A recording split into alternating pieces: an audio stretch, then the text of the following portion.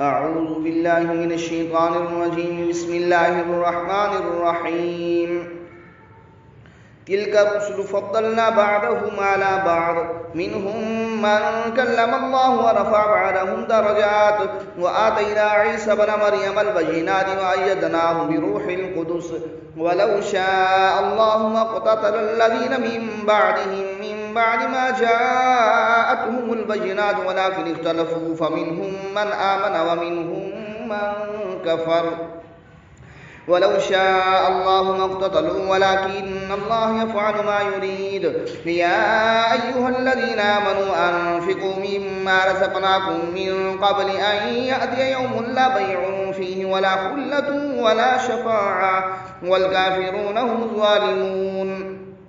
الله لا إله إلا هو الحي القيوم لا تأخذه سنة ولا نوم له ما في السماوات وما في الأرض من ذا الذي يشفع عنده إلا بإذنه يعلم ما بين أيديهم وما خلفهم ولا يحيطون بشيء من علمه إلا بما شاء وسع كرسيه السماوات والأرض ولا يؤوده حفظهما وهو العلي العظيم. لا إكراه في الدين قد تبين الرشد من الغي فمن يكفر بالطاغوت ويؤمن بالله فقد استمسك بالعروة الوثقى لا انفصام لها والله سميع عليم. الله ولي الذين آمنوا يخرجهم من الظلمات إلى النور والذين كفروا أولياءهم الطاغوت يخرجونهم من النور إلى الظلمات أولئك أصحاب النار هم فيها خالدون.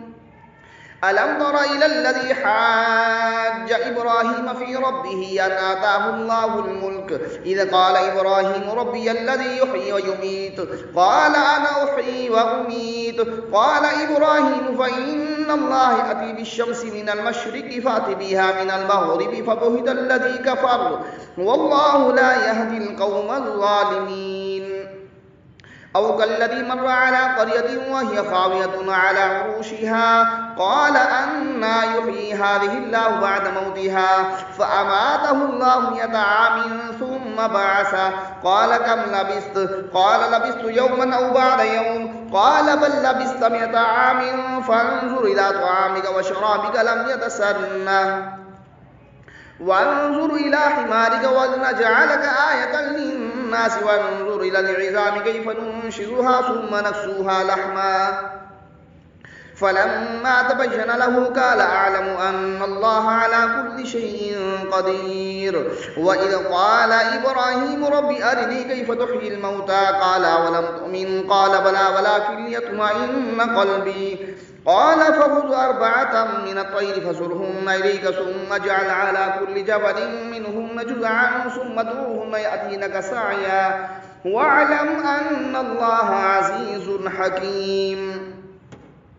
مثل الذين ينفقون أموالهم في سبيل الله كمثل حبة أنبتت 7 سنابل في كل سنبلة 100 حبة والله يضاعف لمن يشاء والله واسع عليم. الذين ينفقون أموالهم في سبيل الله ثم لا يتبعون ما أنفقوا منا ولا ذل لهم أجرهم عند ربهم ولا خوف عليهم ولا هم يحزنون. قول معروف ومغفرة خير من صدقة يتبعها أذى والله غني حليم. يا أيها الذين آمنوا لا تبدلوا صدقاتكم بالمن والأذى كالذي ينفق ماله رياء الناس ولا يؤمن بالله واليوم الآخر فمثله كمثل صفوان عليه تراب فأصابه وابل فتركه صلدا لا يقدرون على شيء مما كسبوا والله لا يهدي القوم الكافرين. ومثل الذين ينفقون أموالهم ابتغاء مرضات الله وتثبيتا من أنفسهم كمثل جنة بربوة أصابها وابل فآتت أكلها ضعفين فإن لم يصبها وابل فطل والله بما تعملون بصير.